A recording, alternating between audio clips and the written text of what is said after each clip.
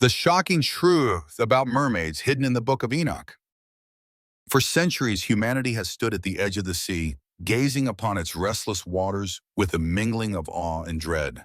The waves have carried our ships, sustained our bodies, and tested our courage, but in equal measure, they have concealed mysteries so profound that even the boldest among us trembled to speak of them.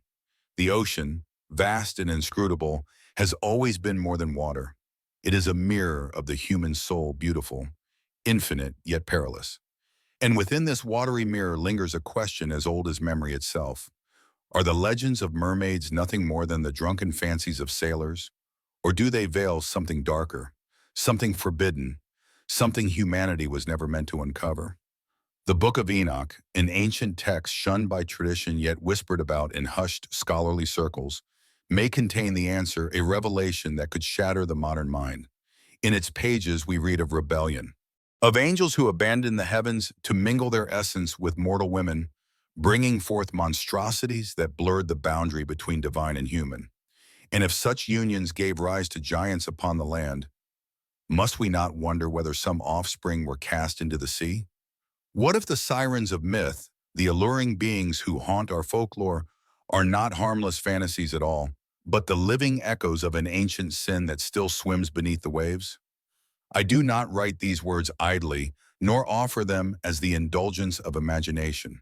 They arise from years spent tracing forbidden text, listening to the whispers of forgotten myths, and uncovering fragments of history too unsettling for the guardians of orthodoxy to acknowledge. My task is not to entertain, but to unveil, to drag into the light what has long been hidden in the abyss. For philosophy at its truest is not the comfort of answers, but the pursuit of truth, even when that truth terrifies us. And so I invite you to descend with me into the depths, into the sea, into scripture, into the human soul itself. If these mysteries stir something within you, I urge you, subscribe, share your thoughts in the comments, and let your voice join this search for truths long forgotten.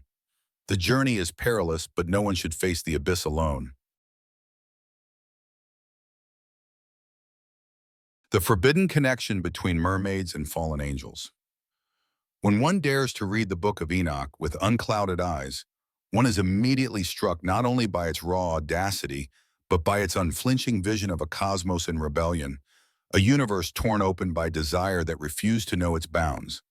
Unlike the domesticated canon preserved for the faithful, tidied, sanitized, polished into moral fables that can be recited safely from pulpits, Enoch is unafraid to stare into the abyss of spiritual catastrophe. It speaks with terrible clarity of the Watchers, those once radiant angels who abandoned their thrones in heaven and fell, not with resignation, but with lust. They were drawn not downward by gravity, but inward by hunger, by the sight of human beauty that mirrored in some dim way the glory they had forfeited. In their transgression, they became the archetype of every forbidden act that has since poisoned the earth. Their lust was not simply the desire of flesh for flesh.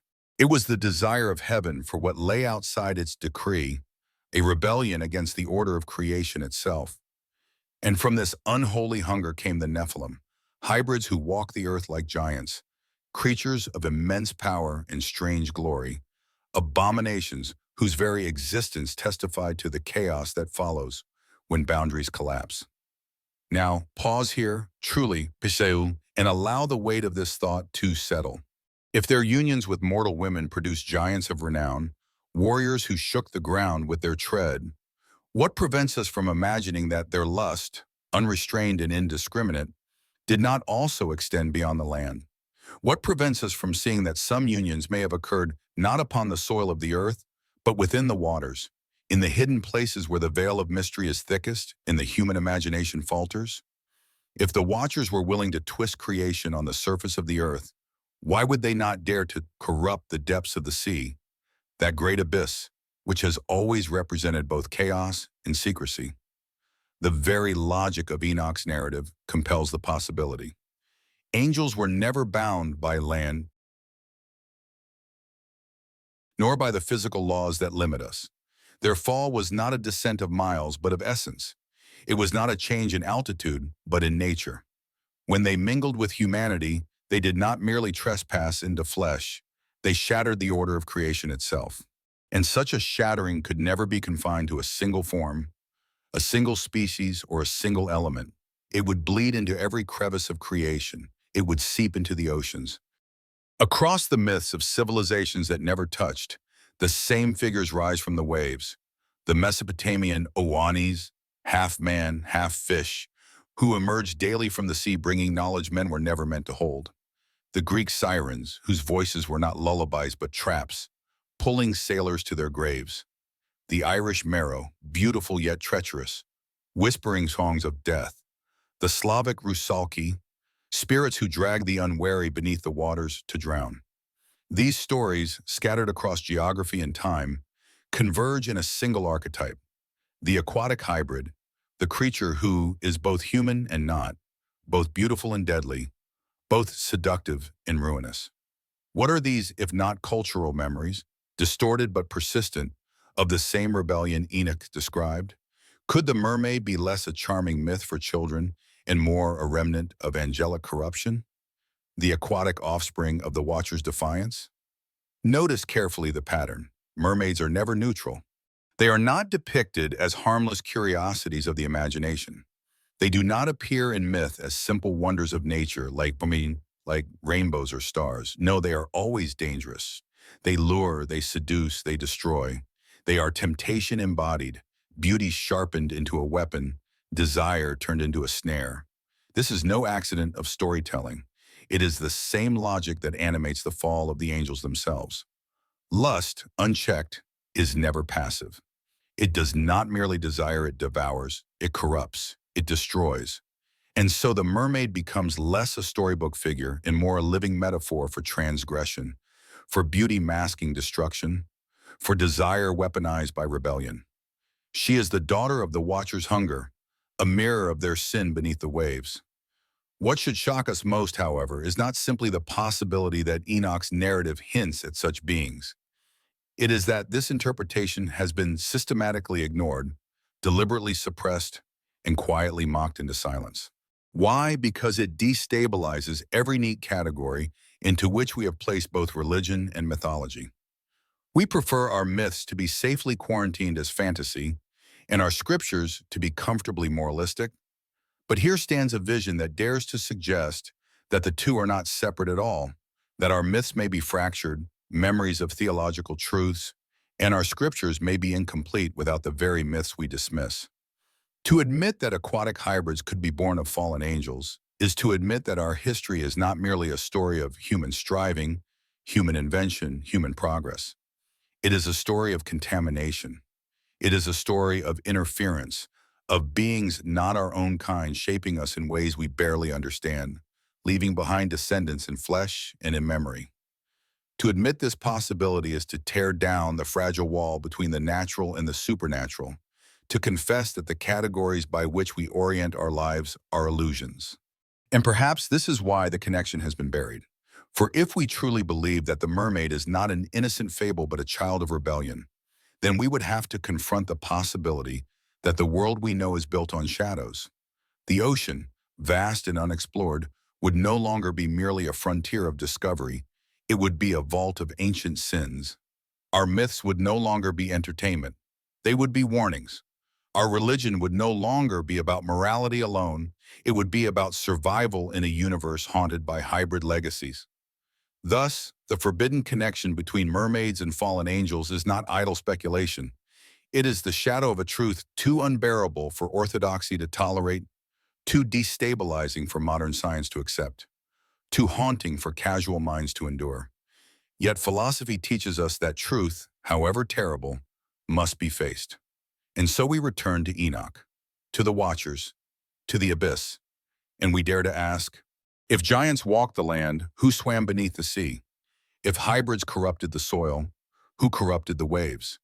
And if the mermaid is not merely a legend, but a scar left by rebellion, then perhaps the greatest danger is not that she exists, but that we have forgotten why she was feared. Why ancient texts warned us about oceanic hybrids. The danger of these beings is not written in the cold neutrality of scientific journals, but in the trembling urgency of prophecy. in the anguished cadence of voices who had glimpsed too much and sought desperately to preserve their warning for generations unborn. The Book of Enoch does not simply recount history. It unmasks a spiritual catastrophe whose shockwaves reshape the human story. It tells us of the Nephilim, born of forbidden unions between the Watchers and the daughters of men, creatures of power and violence, whose very existence was a living violation of divine order. Their arrival hastened humanity's corruption until the flood itself was no longer punishment, but necessity, a cosmic cleansing of infection. If hybrids upon the land could ignite such ruin, then we must shudder to imagine what chaos their oceanic kin may have unleashed beneath the surface, far from the sight of man, but not beyond the judgment of heaven. Across civilizations, the warnings resound like an echo that refuses to fade. The sea is never described merely as a realm of danger, storms, or drowning. It is portrayed as seduction, as entrapment, as the stage upon which temptation itself dons a watery mask. Mermaids and their kin are never presented as neutral entities, as though one might encounter them with curiosity or indifference. No, their very essence is danger cloaked in beauty, a lure sharpened into a weapon. In Homer's Odyssey, the mighty Odysseus must plug the ears of his sailors with wax and bind himself to the mast like a prisoner just to resist the siren's song. For their voices promise knowledge and ecstasy, yet delivered only destruction and death. In the emerald folklore of Ireland, the Merrow beckons men into the depths, seducing them with charm before stealing not merely their breath, but their souls. In the haunted rivers and lakes of Slavic lore, the Rusalki lurk, spirits with shimmering beauty who drag the unwary beneath the water's surface into suffocating silence. These are not fanciful stories designed to entertain by firelight. They are warnings repeated with such consistency across disparate cultures that they cannot be coincidence. They are rather the fragments of a collective memory, a primal trauma engraved upon the consciousness of humanity. Why such haunting consistency across time, geography, and language? Because myth in its truest and most sacred form is not fabrication but preservation. Myth is the vault into which ancient peoples placed truths too dangerous to speak plainly, memories too terrifying to record as history, experiences too destabilizing to be framed as fact. Myth is the poetry of trauma, the symbolic language through which civilizations encoded what they had seen and what they dared not forget. When they told of mermaids, sirens, and water spirits, they were not indulging in fancy. They were testifying in the only way they could to encounters with hybrids whose very existence violated the categories of human thought. The ancients did not warn us because they enjoyed frightening their children. They warned us because the danger was real. The Book of Enoch provides the theological lens through which these warnings acquire their full gravity. Hybrids, it tells us, are not accidents of biology, but deliberate ruptures in the fabric of creation. They are born of rebellion, of desire that refuse the boundaries of heaven and earth. Such beings are inherently unstable, carrying within them the violence of transgression. They are contradictions embodied, mixtures that can never harmonize, imbalances that can never be at peace. The mermaid, therefore, is not a creature of innocent beauty, but of contradiction incarnate, human yet inhuman, alluring yet fatal, a living paradox that destabilizes everything it touches. To embrace them is not to embrace wonder, but to embrace dissolution. Even the ocean itself seems to conspire with their nature. The sea has always been the symbol of the abyss, the uncharted frontier where order collapses into chaos. Unlike the earth, which can be mapped and mastered, the ocean resists control. It is liminal, mysterious, an eternal reminder of forces larger than ourselves. That hybrids should retreat, there is no accident but inevitability. They belong to the threshold, to the borderlands where creation itself teeters. They are not of the land nor fully of the spirit, but of that in-between realm where chaos reigns unchecked. The ancients understood this instinctively. They knew that beauty can ensnare, that temptation often comes clothed in the garments of wonder. And so their warnings ring not of superstition, but of wisdom. The ocean hides snares, and the mermaid's face is the mask of the fallen. And yet, in our arrogance, we laugh. We place mermaids on children's lunchboxes, in animated films, on t-shirts. We turn them into icons of innocence and fantasy, stripped of their dread, declawed of their power, domesticated into kitsch. But in our laughter, we may be repeating the gravest folly of all. For to laugh at what our ancestors feared is not sophistication, it is blindness. We dismiss with a chuckle what may in fact be one of the oldest and most serious warnings ever delivered to the human race. Beware the hybrids of the sea, for their song is not melody but ruin, not promise but snare, not beauty but death. Thus the ancient texts do not merely entertain us with strange tales, they confront us with a choice. Will we heed the voice of memory, the trembling warnings preserved in prophecy and myth? Or will we continue to drown in our laughter, blind to the possibility that beneath the waves there lingers a corruption older than empires, a beauty crafted as a weapon, a legacy of rebellion that still sings its deadly song? The warning is ancient, but the danger is not past. For the ocean remains vast, unexplored, and alive with secrets. And perhaps even now, as the tide pulls against the shore, that same song rises faintly from the abyss, calling to those who will not listen until it is too late. The suppressed evidence of mermaids across cultures. Skeptics laugh, of course. They dismiss mermaids as coincidences, as quaint inventions spun independently by storytellers who never knew one another. They call them fantasies, fragments of imagination born on waves of superstition. Yet anyone who has studied comparative mythology with seriousness knows how unlikely such precision truly is. The motifs are too consistent, the archetypes too aligned, the details too striking to be shrugged off as accident. It is one thing for cultures separated by oceans to dream of dragons or thunder gods archetypes rooted in a universal human experience. But it is something else entirely for civilizations scattered across continents to describe, in hauntingly similar language, beings who are neither fully human nor fully fish, who emerge from the waters bearing knowledge, beauty, or destruction, and who withdraw again into the depths. That persistence is not imagination. It is memory distorted, refracted, localized, but memory all the same. Consider, for instance, the Babylonian myth of Oan. Each day he emerged from the Persian Gulf clad in a body both human and aquatic, and by daylight he instructed humanity in the mysteries of writing, architecture, and law. At night he returned to the waters, vanishing into the dark. What are we to make of such a figure? A fable? Or testimony preserved by a civilization honest enough to admit that its wisdom was delivered not from heaven above, but from something that came out of the abyss? Travel then to Africa, to the Dogon people, who speak of the Namo amphibious beings who descended from the heavens and dwelt among men in the waters, imparting astronomical knowledge so advanced that modern science did not confirm it until thousands of years later. Were they fabricating or were they remembering? Cross the seas again to the mist-laden shores of Celtic lands, where Selkies shed their sealskins to become human, walking among men with haunting beauty, yet never fully free of the call of the sea. They were shapeshifters, hybrids, beings torn between worlds, a theme eerily consonant with Enoch's tale of angels and humans merging to form unstable progeny. From Polynesia's ocean deities to Scandinavia's sea maidens, from Sumeria's fish gods to the water spirits of the Americas, the pattern refuses to break. Over and over we encounter hybrid beings, part human, part aquatic, who arrive with knowledge, temptation, or death. How can this be dismissed as coincidence? Is it truly reasonable to assume that across millennia, separated by geography and language, every culture independently birthed the same archetype with such consistency?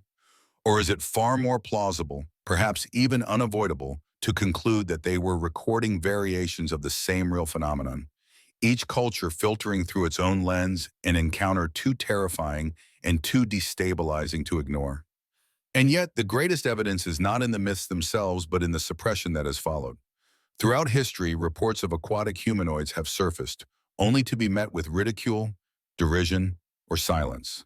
Sailors, hardened men, not prone to idle fantasy, spoke in hushed tones of encounters that left them shaking, their minds fractured by sights they could not reconcile.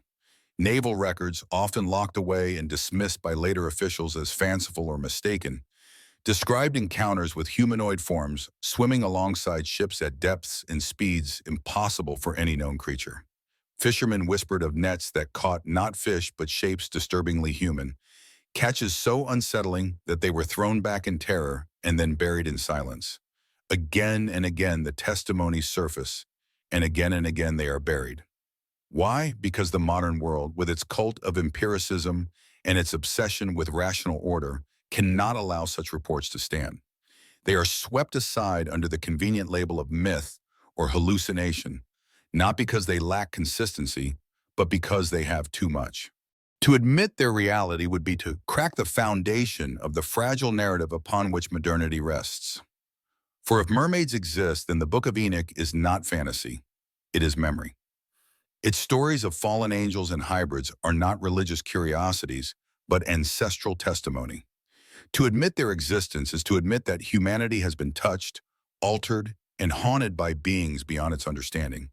That our history is not merely the record of human striving, but of interference, contamination, and rebellion reaching back to the dawn of creation.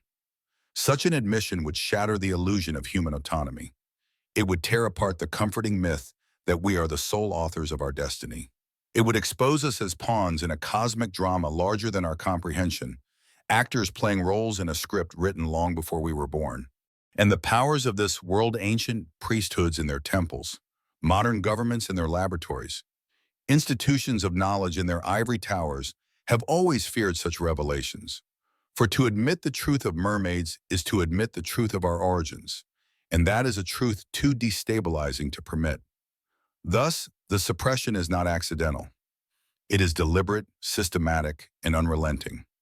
From the scribes of antiquity who consigned Enoch to the Apocrypha, to the medieval clerics who labeled water spirits as demons and forbade their mention, to the modern officials who stamped classified on naval encounters and suppressed genetic anomalies hinting at aquatic adaptation, the conspiracy of silence stretches unbroken, not because the evidence is absent, but because it is overwhelming. To reveal it would be to reveal the abyss beneath our feet, to confess that what we call myth is often memory, and that our ancestors' warnings were not fables but testimonies written in blood and fear. And so the evidence of mermaids remains scattered but silenced, hidden in folklore, in suppressed documents, in whispers carried by sailors and tribes alike. Skeptics will continue to laugh, but their laughter is the laughter of those who fear too much to look. For behind the laughter lies a shadow, and in that shadow swims the truth. Hybrids still exist, legacies of rebellion still stain creation, and the ocean, vast and uncharted, remains a graveyard of secrets we were never meant to know. What modern science doesn't want you to know about mermaids. Science, in its proud declaration of neutrality and objectivity, insists that it alone holds the key to truth. It parades itself as the antidote to superstition, the breaker of chains that bound earlier ages in ignorance. Yet beneath its white coats and peer-reviewed journals, science has its own dogmas, its own forbidden subjects, its own unspoken fears. And nowhere is that fear more visible than in its impatient dismissal of mermaids. The irony is stark. The ocean, that vast cathedral of mystery, remains more unexplored than the surface of the moon. By even the most cautious estimates, more than 80% of it is unmapped, unseen, untouched by human technology. In such darkness, where the light of knowledge barely penetrates, who dares claim certainty of what dwells beneath? Who has the arrogance to declare myth what may simply be undiscovered reality? Yet from time to time, fragments of evidence surface flashes of revelation before they are buried again in silence. Genetic anomalies, whispering of aquatic adaptations in the human lineage, puzzle researchers who prefer not to speak too loudly of what they cannot explain.